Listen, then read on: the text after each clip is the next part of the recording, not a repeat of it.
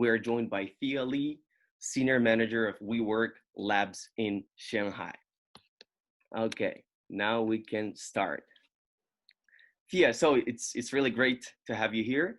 You're a very energetic person, and I would love to know more about you, like your story. How did you come to be in WeWork Labs? Tell us a bit more about your career in corporate innovation and so on. Sure. Firstly, quickly catch up about what's WeWork Labs because that reflects my background. So WeWork Labs is a global platform initiated by WeWork focusing on innovation and incubation. Is the to be detailed is help startup to grow and which means incubation and bridge startup and corporate which means open innovation etc. And some other projects. So before joining WeWork, I was in corporate, in healthcare industry for corporate innovation from internal. That is more like doing internal innovation to help our own brand and company to grow, but specifically focusing on innovation kind of area. Prior to that, I was still in corporate, focusing on product-related project management. It's a typical project manager role. Prior to that, my background and my first area after university is industrial design. So my background and career path is starting with a little bit special is I was a designer. So what I say the career or the process or the introduction of myself is I came from a specific area and grow into more generic area and eventually focus on innovation. So my personally vision is, I think, innovation, everyone can do innovation as long as you want to do that, but you need to focus on certain area. And based on my past experience in the future, I would like to also help more, not just the startups, but also not just the startups and innovators, but also more professionals that want to change their career. I do see there are different values and demand of those talents that they want to change, but they don't know how to do that. So that is the other part of my personal vision is to help more people to make their change and realize their dreams. So this is quickly introduction of myself. Okay. Okay, yeah, thank you. Just for those who don't know how to use the Zoom, so if you have any troubles or you want to say something, you can chat. There's a little chat there, chat icon, just press on it and type anything that you want. If you think that we are going too fast, you can press the button, go slower. There should be a button down right. If you think that we are too slow, then press the button, go faster. So yeah. First question, what do you imply by saying corporate innovation? Like, how do we implement it? What does it mean? I believe tonight's webinar, there are people from different backgrounds. So I will try to talk more like human being, not like academic. So I will talk more direct. For innovation, corporate innovation or innovation, it can be, we can regard it as doing new business, doing new things. Anything that new or make new impact for the organization, it can be regarded as innovation. And for corporate innovation, which means big corporate or big organizations that do innovation or doing new kind of things. So this is very direct introduction or explanation of imply the corporate innovation. Yeah. Okay. Could you provide some maybe examples of each type of corporate innovation, because I do know there is a few types of corporate innovation. Sure. Right? I would like to view, personally, I would like to view corporate innovation in two viewpoints. First is the impact to the organization of the corporate. So the other way is different type of innovation. I will quickly like introduce from this. There are some dogs barking. There are dogs barking. Yeah. I mean, these days, the situation is everyone is at home. So this is quite interesting experiences. So I will quickly introduce corporate innovation from two kind of viewpoint. First is about the impact to the organization of the corporate. The other way is different kind of specific type of corporate innovation. So if we view corporate innovation from the organizational change or the stage at the company. So it can be there is internal team, existing team to start it to do new things. Or we say this corporate hire a new team to sit in the corporate to do new innovation, which means this is kind of internal innovation. The other way is to go outside, work with different agencies, startup. The corporate can treat the startup as supplier, or they can really like a partner to work together on some project with the startup, and going either more aggressively. Eventually, some company are looking at investing or acquire some big companies or other startups. So that is also a kind of innovation that this corporate want to add more pipeline, add more product or technology to their internal ecosystem. So if we see by a different stage or different organizational impact, this is how I view corporate innovation from internal to external. If the other way is we say that what type of specific innovation from a corporate perspective, it can be product innovation, can be business model innovation, or it can be internal process innovation. This three kind of innovation, for product innovation and business model innovation, I believe everyone have heard a lot. Product is specifically you invent new product or design new product. Business model is more about how you operate the business, to say online, offline, etc. But there is something easily to be neglected in the process, internal process innovation. I can give you a quick example.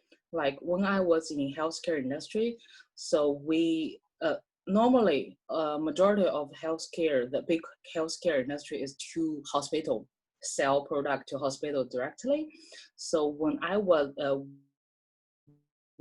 when we were developing the new business model is to sell healthcare medical devices to customer.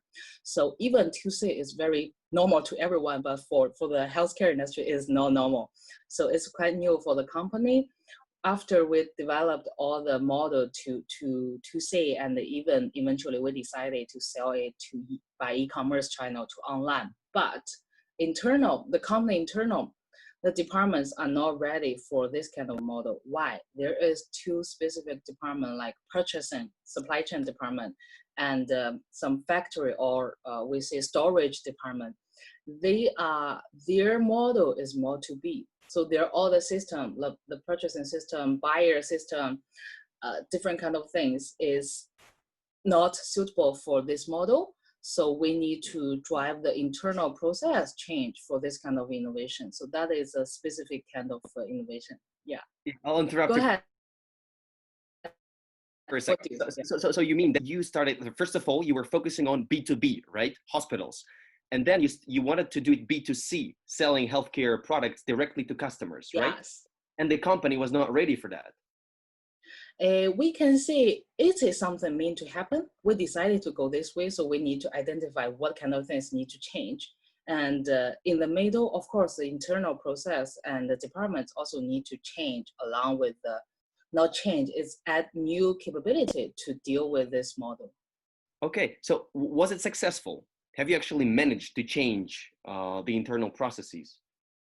Sure. If you don't change, you can't sell the product. Okay, so what were some of the maybe exact steps? What were the new departments, new internal processes that you have implemented to make it work so that you were able to work with the customers? There are two ways. First way is to be very detailed. The purchasing department had their own internal like ERP system to finish all the buy from factory, sell to dealer. There is build in, build out process. So there need to be new features to the system that the purchasing team can sell the product to the dealer, to the customer. So first, they need to do some internal change of their internal management operation system. The other way is the communication line. So previously, the purchasing team, after they got the product, they may specifically talk with some our sales team directly to hospital. This is a communication line. So the new way, they maybe need to talk with our operator for the e-commerce channel, or they need to work with the dealers to sell specifically for sell product to say. So both the internal system and the communication line, the business operation process all need to change to align with it. Okay. Yeah. How big was the company? It was 500, Fortune 500, right? It up and down, sometimes in, sometimes out. It's a typical global American healthcare company, like with several 10,000 people across the globe. The typical size of MNC. You were working in the Shanghai's branch, right? Yeah, I was working in the China office. The office running the market of all Great China. Mm-hmm. Mm-hmm. So when were you actually able to sell it to customers in China, not to hospitals in China? Yeah, we eventually sell it to customers in China. And interestingly, this product also was discussed to sell to Singapore before I left. So I don't know what is it, if it worked in the eventually, but when you enter a new market, you always need to like research how the model can run. Is it impact internal, or does it impact external? So always this kind of thing, this kind of different view or point you need to view. Okay, good. Little question about that job. So I know that you have a very cross-industrial history, right? Designer, then Fortune 500 healthcare industry. Now WeWork Labs incubation. Why? Why did you leave? Why did you leave the work at Fortune 500, the healthcare industry? Why did you leave? Yeah, sometimes it's both about when everyone changed their job, it may be because of your personal thing, or because of the industry trend. So for me, I choose to change from designer into innovator. So I know what I want. I want to keep delivering new things and also make more change, even to bring more diversity in the big organization. And after I work in healthcare for years, I saw something you can do, but something you can't do. Especially in China, there is a lot of regulations, policies. So I've seen the limit I can do at that moment. And also as an innovator, I have to do research of external very frequently. So I identify there are a lot of different companies, including WeWork, are doing quite interesting things that maybe I can leverage more of my network, my passion, etc. So it's both, I want to step ahead to help more people to really engage in the in the external ecosystem. Also, that chance came to me at the moment that I can get it. So yeah, so eventually I changed. And WeWork is a more open platform. So it's not just you do one thing for one industry. You can borrow this chance. I can say different kind of things across the globe, and work with startup from diverse industries. And especially my personal passion is to bridge the communication between different kind of person, different functions, creative with businesses, China with global. So this platform, it gives me more chance to do that. Okay, got it. So what is the biggest challenge for corporate innovation world right now? Wow, quite interesting. You asked the question at this moment, because I think the first challenge, everyone know it's a pandemic. So, but the pandemic actually reflect a lot of problem already there for the innovation. So first, I think is how to say that how to better open mandate to work with external allies. So for a lot of corporate, they've using similar process or mindset for years, especially like some industry like healthcare or energy, oil and gas. So there is a lot of siloed process from internal. So how to be open-minded to work with external allies are definitely a challenge for them, because even I've worked in some innovative companies, there are a lot of internal obstacle or internal misunderstanding of how to work with external. So to how to improve the internal culture and become more open-minded, more rational toward work with external partners is quite important. And also along the way, the corporate can really keep improving the process of how to work with external partners rather than just a lot of approval, obstacle, limitation, etc. Be more open-minded and with a better process. That is the first challenge I can see. The other challenge is how government and state-owned organization can do innovation. This is something I personally feel is a challenge for everyone. So especially under this pandemic thing, even before the pandemic, more and more government and organizations start to think about innovation, but it is important for them to do that, to initiative from their own perspective first, because as external, as outsider, fewer of people understand what's happening of their internal organization. So hard for external people to tap into their internal thing. So it's a challenge for them to start the new things and really make things happen. And I see there are some government really do good job, like Singapore government. You can see they have a lot of different specifically organization like startup, Singapore Nations, so enterprise innovation department, etc. You can do research. They really commitment and very familiar with the innovation spirit. So I do think that is a challenge, but also chance for the different for the future. The last part, I think sustainability is also a challenge for everyone. So Sorry, a lot of which ability? sustainability. Oh, sustainability. Okay. Yeah, because more and more people start to talk about sustainability. It has become a buzzword. Like, oh, we need to, social impact, etc. But how to do that?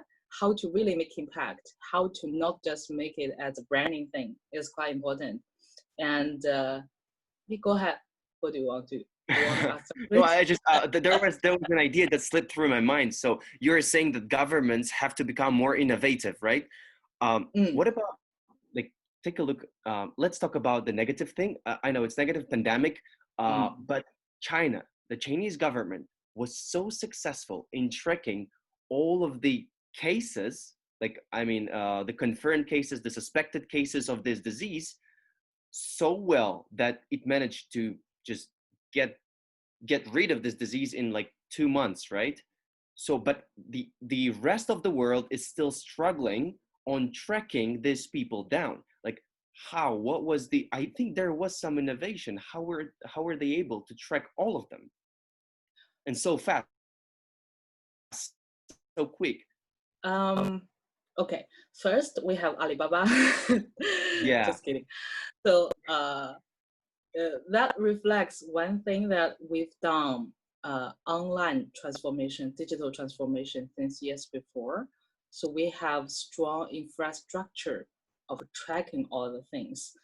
I used to read story. I can't share too much details because it's a long story. Like a lot of big company in China, like Baidu, like Alibaba, they've done other infrastructure build up of the different kind of facility before for the clouding computing or other specific services. So they used to serve, like, because of the e-commerce in China, they used to serve across all population, like millions, billions in China. So they're ready to scale some or initiate some big project quickly. They have the capability ready. So when the government wants to do something, and when the company is ready, they can collaborate very quickly and do the things very quickly to tap into the system and the populations. About other problem, maybe privacy or something, if you want to tap into, I'm not able to know that, but Yeah. I was just thinking that this is an example of innovation, of the government structure innovation, because they were able to reach out to corporates so quickly and to cooperate with them. In this case, Alibaba, right? yeah, I can share you one insight. There is a lot of because China is very big, so there are a lot of cities. Some cities really are more innovative, like Alibaba is in Hangzhou. Hangzhou. So Hangzhou, the Hangzhou government, city government, work close with Alibaba to initiate the new system, like the code for everyone to identify where you are being.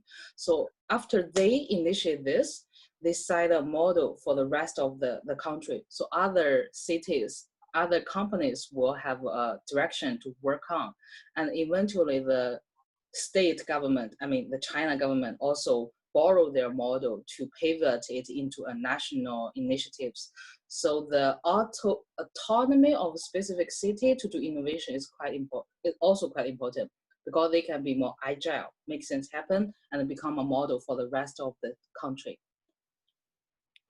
Okay. And one last, I think it's going to be like a consultation with you because, so for example, as of now, we are building a startup.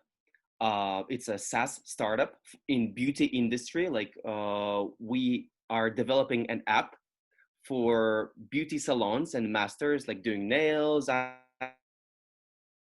eyebrows, and blah blah. So they use our software to do online bookings, so that the clients don't have to call them, don't have to text them on WeChat. They can directly book them online.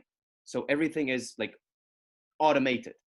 And now the only way we're driving the revenue is from subscriptions, monthly subscriptions from salons and masters. They pay us to use our software.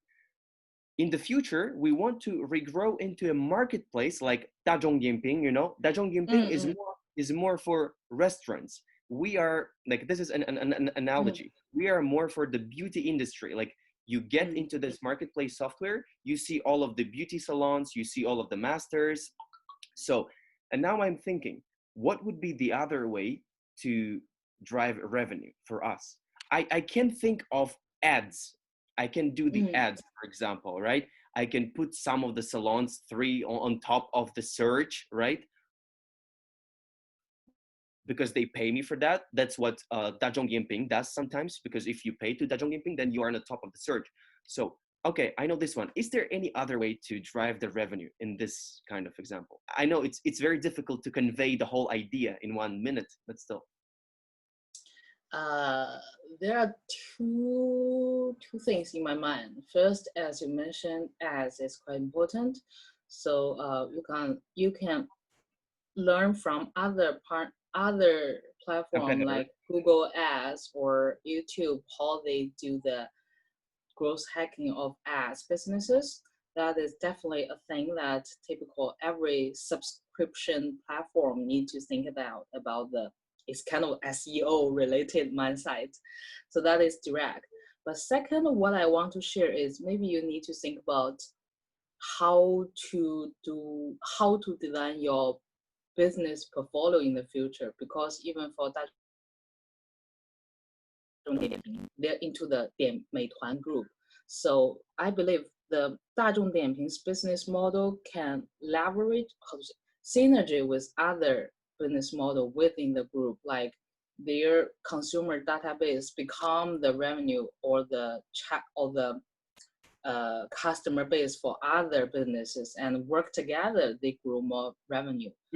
Only based on 大众点评, I think they may also, like you, can only do this specific business model. So maybe you can also think of other future portfolio to make your thing together, like you use all your consumer base to other kind of Make product or synergy. platform.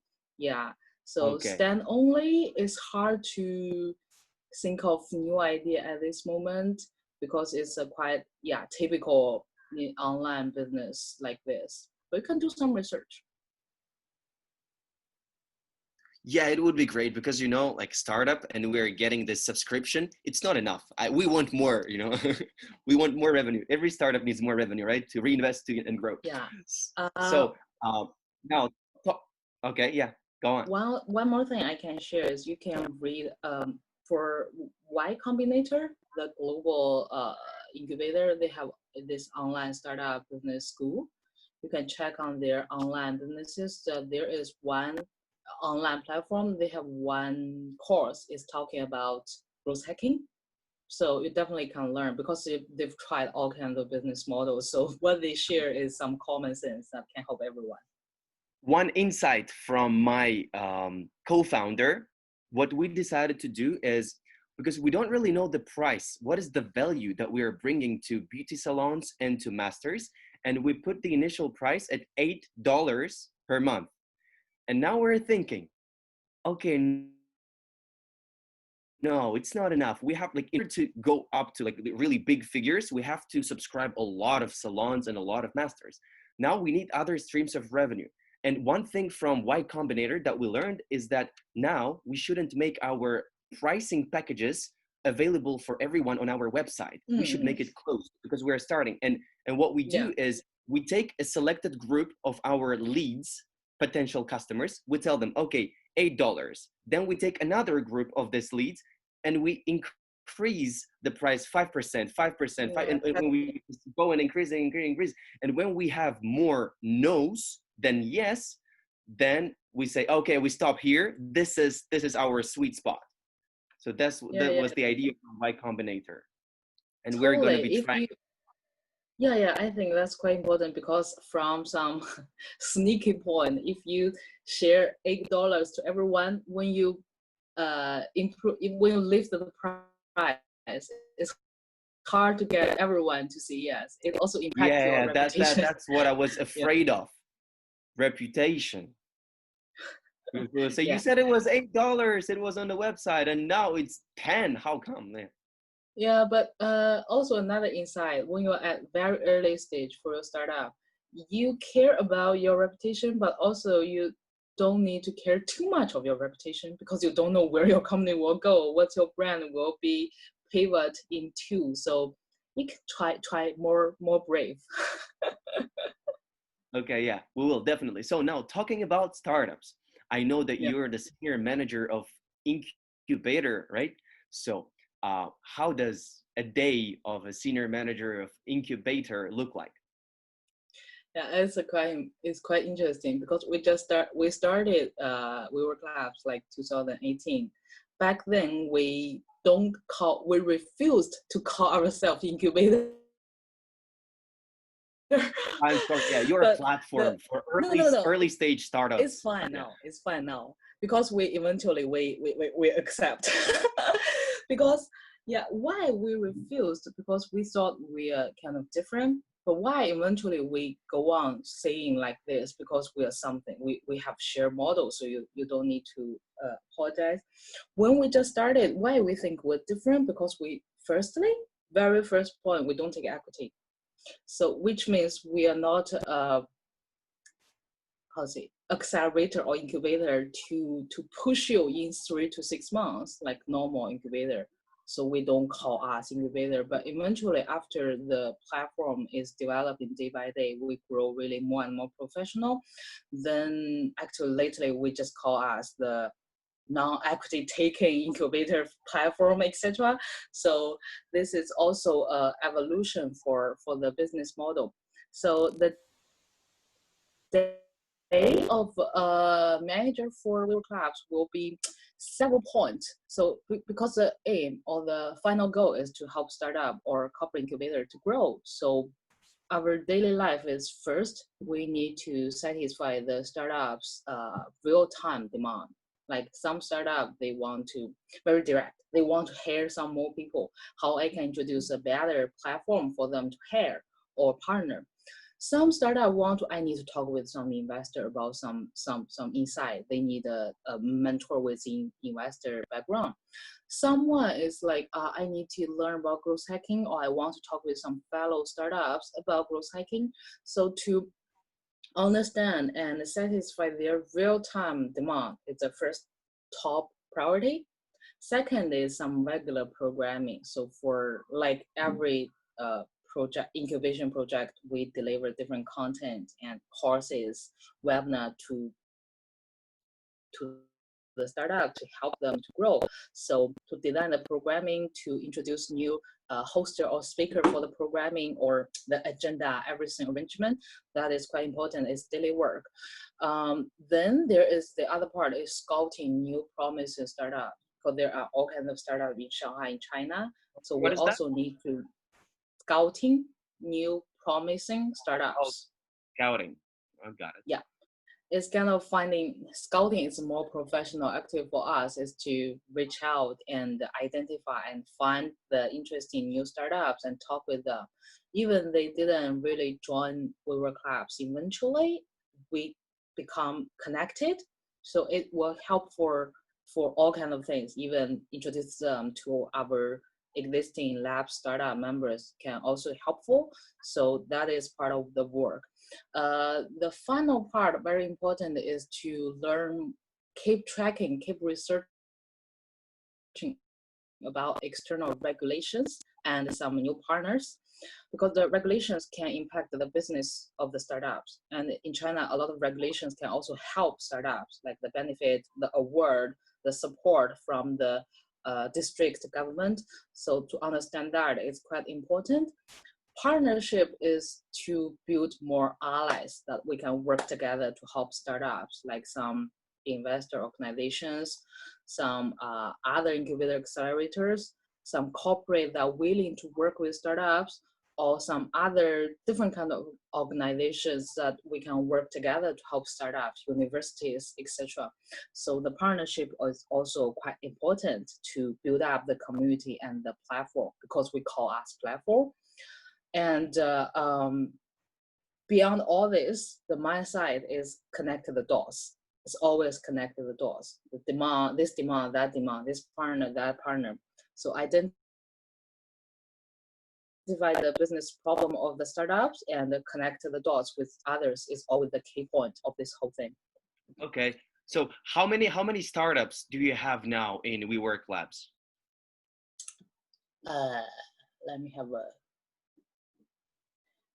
We have about 100.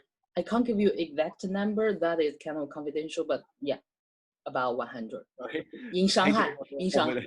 In Shanghai, right? In Shanghai. Okay, it's only in Shanghai. Yeah, in whole China there are more, but I don't even know the exact number because it's changing month by month.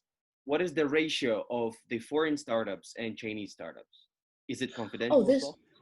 No, it's not confidential. It's quite interesting. For Shanghai is an international city. You can put it as a bar for international kind of environment. We have 1/3 startups, or we say founders, are international background, ABC or Europe, America, etc., different kind of countries, Asia Pacific, 1/3. But for other cities like Beijing, Hangzhou, Shenzhen, there are only 1/5 or even fewer are foreigners. So definitely Shanghai has a specific geography impact. Okay, cool. So now it sounds like Shanghai is a good place for foreign startups to go. How many incubators are there? I'm gonna call WeWork Labs an incubator now. So how many incubators are there now in Shanghai, approximately? It's quite interesting. I tried to do research, but eventually I gave up because the number is changing day by day. But I heard there are more than 1,000 incubators. Someone say there used to be even 4,000, I think. It's just small, big, all kind of. But I think more than 1,000 definitely a solid number. Okay, and all of them are equity incubators, right? So they take the equity of the startup, or not all of them. not all are equity. Because for some, especially for some government owned, they don't need the equity from the startup. They need the startup to grow and finally register in this district and will bring in more tax Money. revenue for Yeah. the district. So it's not about equity. It depends on the KPI of different incubator organizations. Okay, so it's mainly for some private ones, maybe that they take the equity. Yeah, Depends on their and business. there are more and more incubator owned by corporate, initiated by corporate. For them, they are also not equity driven. They want to work with the startups, maybe acquire the technology initiated by the startups. So their goal is also different. Are So also different. for example, like big corporates like Apple, Google, do they have incubators? 'Cause I've never heard of that. I can share about Google. Google have two kind of things that I know. So for big corporate, there are a lot of corporate, they don't share what they're doing for innovation. So even me, I don't know. But on purpose, I did some research. For Apple, I still don't know. But for Google, there are two kind of things you guys can do research. First is called Google Venture. Google Venture is for investment. There is another mystery organization called Google X. It's the corporate innovation organization of Google. They are totally belong to Google, and they are all people from different background doing new things from internal. So they are kind of internal innovation way. So you for big corporates, the tips to search about corporate incubator or innovations is you can search about ventures, studios, labs, X. These keywords are they like to use those kind of keywords. Yeah, Yeah. I know. All right, I got it. So for example, if someone has a startup here from one of the participants, what should they do to get into WeWork, and why should they go into WeWork Labs and not any of your competitors? And by the way, talk a bit about your competitors. What are some of your competitors in Shanghai? Interesting. Our perspective is we don't have competitors. Like No, Apple, it's like not. Apple, yeah, No, you no, don't no. have It's competitors. it's not a condescending perspective. Totally no, because our position is still a little bit different. WeWork Labs is more like the most leverage is global platform because WeWork Labs had the footprint at around 70-ish cities across the globe. So when a startup joins WeWork Labs in one cities, they can connect it to different startup from different cities by labs team. So which means the most important is connect the dots from global wise.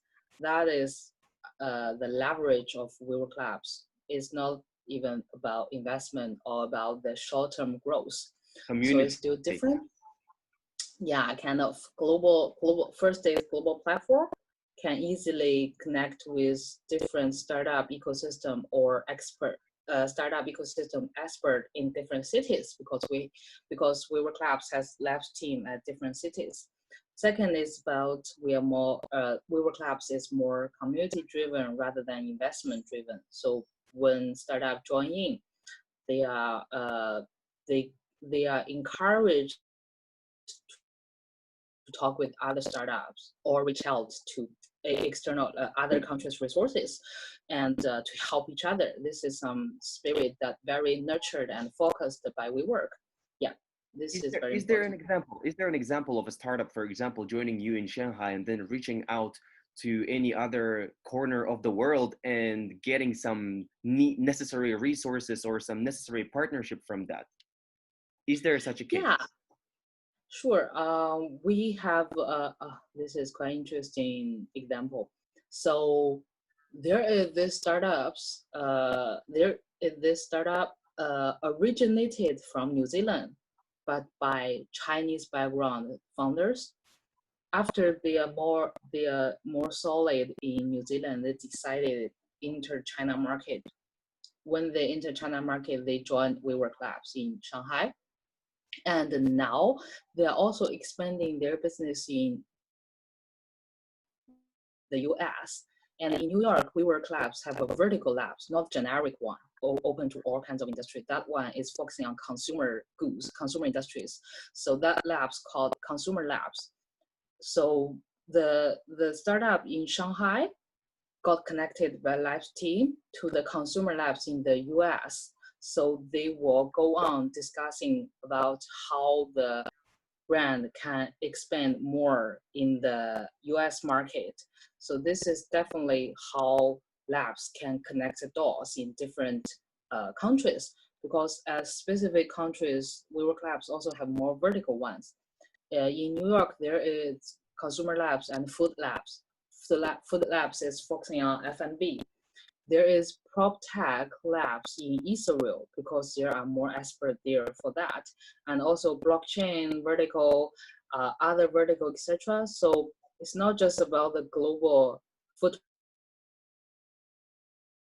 it's also about specific leverage of specific city or country market. So this is some example I can share. Okay, cool. I think I'm almost done. Now, if someone here has a startup, what would be like, what is the cost of being in WeWork? What should I do to get into WeWork, get a space? What exactly will I get from you, from WeWork Labs? What help can you Sure. provide? So first, as I said, it's not an equity model. So the model is as same as the rest of WeWork. If there is specific area in WeWork is for labs, for the startups. So the startup, after they join, they just need to pay for the desk as a naming of the you become labs member.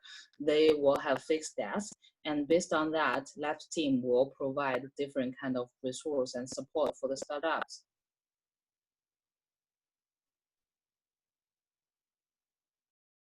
It's money. So the startup, after joining, should talk with labs team frequently, share what do you need at this stage, what support do you want at this stage, and the labs team will bridge and introduce different resources to these startups or different mentors or global resources. So this is kind of not fixed programming, but more designated for different startups. This is the way that how we help and how they get involved.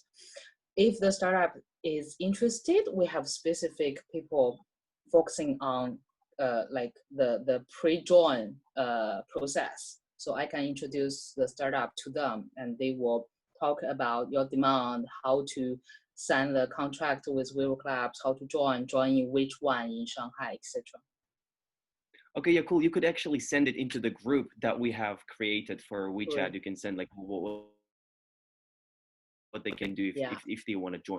So I think it's time for me to do the Blitz questions, and then we will have the Q&A, because now this is a new kind of section of our events, and this is Blitz questions, and you will have to answer very quickly without consideration, okay? You have no time to think, you just say, okay? Ready? I have dilemma of making choice. You sure? Okay. Okay. Tencent or Alibaba? No thinking. Tencent, No thinking. Tencent. Okay. Amazon or Taobao?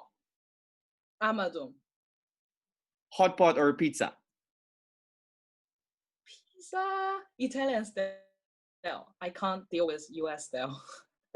So pizza, not hot pot. Hey, there are too many spicy hot pot. I can't deal with it. Wow, wow, wow. Okay. I know. Okay. Shanghai or Shandong? Nowhere. Nowhere. Okay, I don't feel everyone belonging. knows Thea is from Shandong, right? Shandong province. Yes, yeah, that's my hometown. So why nowhere? Why not Shanghai and not Shandong? Then what place? I don't feel specifically belonging to of either cities or countries at this moment. So I do have my personal vision to work in other countries in the near future. So for me, either of them are something I feel like I need to stay here at this moment. Oh, is it a secret or something that you can share? Where are your I can share. plans It's fun. going toward? USA? I can share. It's something open to share. A lot of people know I'm looking for becoming a global talent in the near future. Okay, so is it going to be USA? Which country? I'm fine either way. Europe, US, Australia, New Zealand. I have a lot of friends in New Zealand, but I know it's hard to locate some business thing there. So yeah, I'm quite open. And it's gonna be easy for you to land a job at another country, right? Because you have such a great network of resources thanks to WeWork Labs, right? But as foundation, visa thing of different country people is different. Oh, So yeah, yeah, okay. that's And another the, topic. the last blitz question: Mm. WeWork Labs or InnoSpace? I should say Will Claps. Yeah, you should say. How can you ask this question?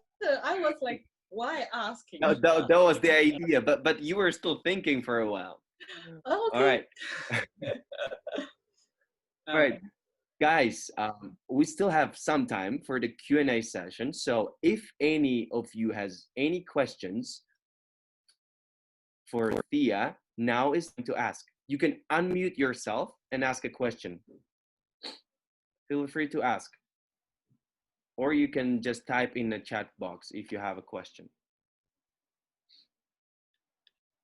Thea, everyone is dead. No one wants to ask questions. corporate corporate innovation or Hello. innovation topic is hard. Yeah. Okay, Go here's ahead. Yana. Maybe Yana or Lucas.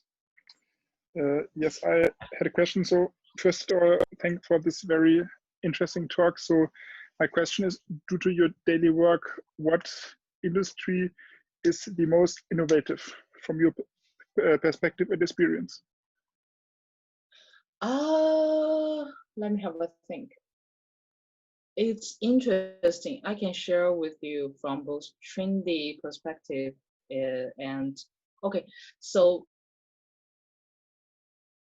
during my past experiences, 5 years before, only the industry has money would like to do innovation, like healthcare, automotive. They have more luxury to do innovation. But this day is more and more new. Since 2 years before, I can say more company are forced to have to do innovation, like FMCG, like fashion, even they have low margin. So nowadays, there is no kind of trend like which industry is more innovative because everyone started to do that. But there is still some how to say advantage for specific industry like healthcare, like any technology-based industry have the advantage to accomplish innovation most quickly. Even current some research in China, the most innovative area is like AI, machine learning, clouding, computing, etc. So there is no specific trend of specific industry lately, but more like if you are more technology based, you are more easy to get innovation.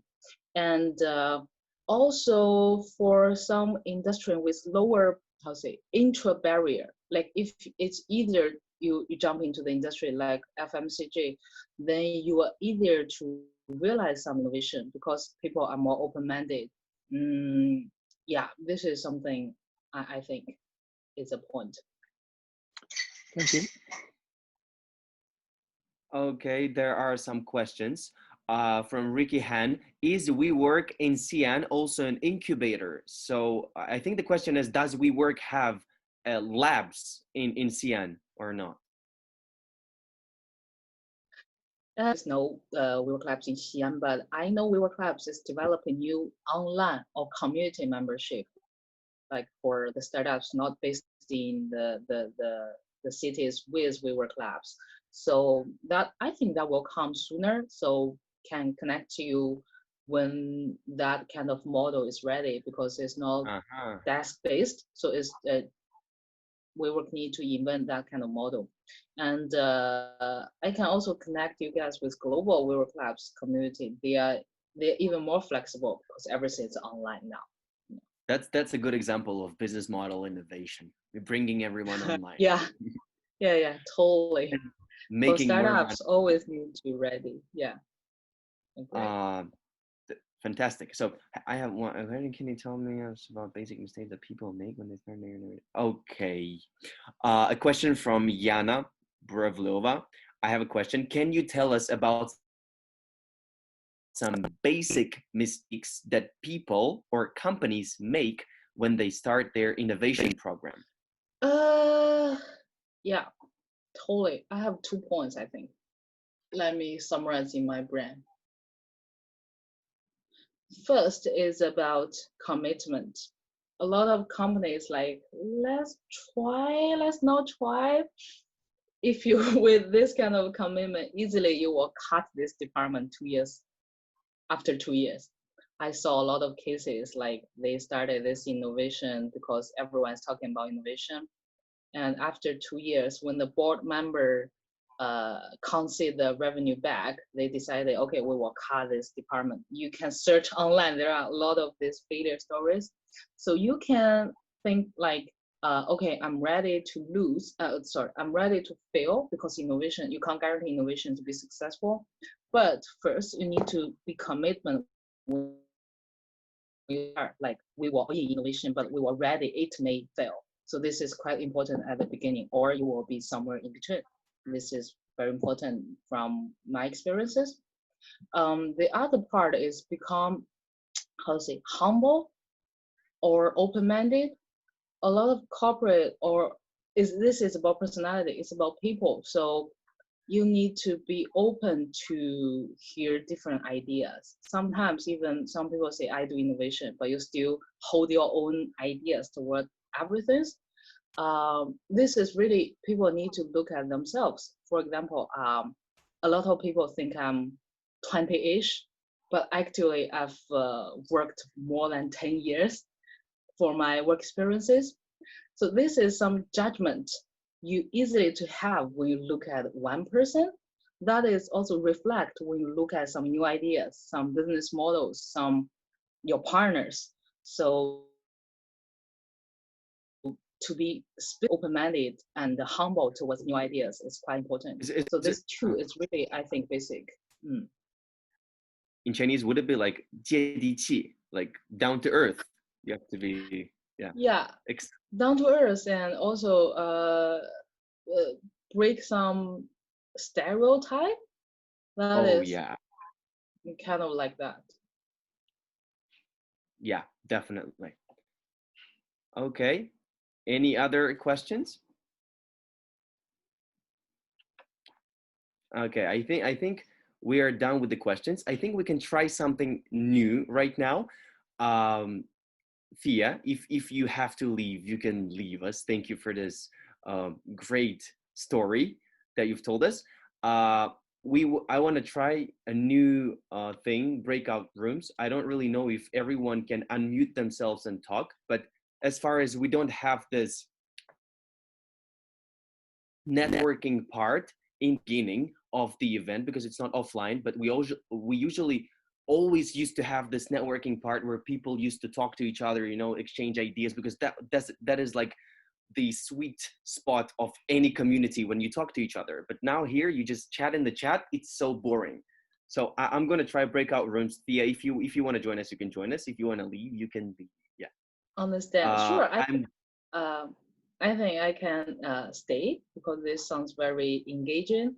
But before start the breakout, I think I can quickly give everyone some summary. So what I want to share with everyone is what I say that a lot of people want to do innovation, but feel dare or feel fear of doing new things. I would like to encourage more people to try new things and don't fear of failure. If you have any question, you can connect with me on LinkedIn, but do leave some note who are you. So I wish to help more people to realize their change of innovation. That's what I want to summarize. Yeah, thank you. Thank you, Thea. Thank you for the encouragement. I hope we all will be in innovation someday. Breathe innovation, exhale innovation. Everyone is thanking you. Yeah. So I'm going to do the breakout rooms right now, guys. Doing it. Oh, open all rooms. Options. Are there any options? Breakout rooms close automatically after. Okay, I'm going to set it to 10 minutes.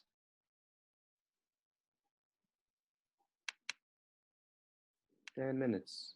Open. Are we in the room?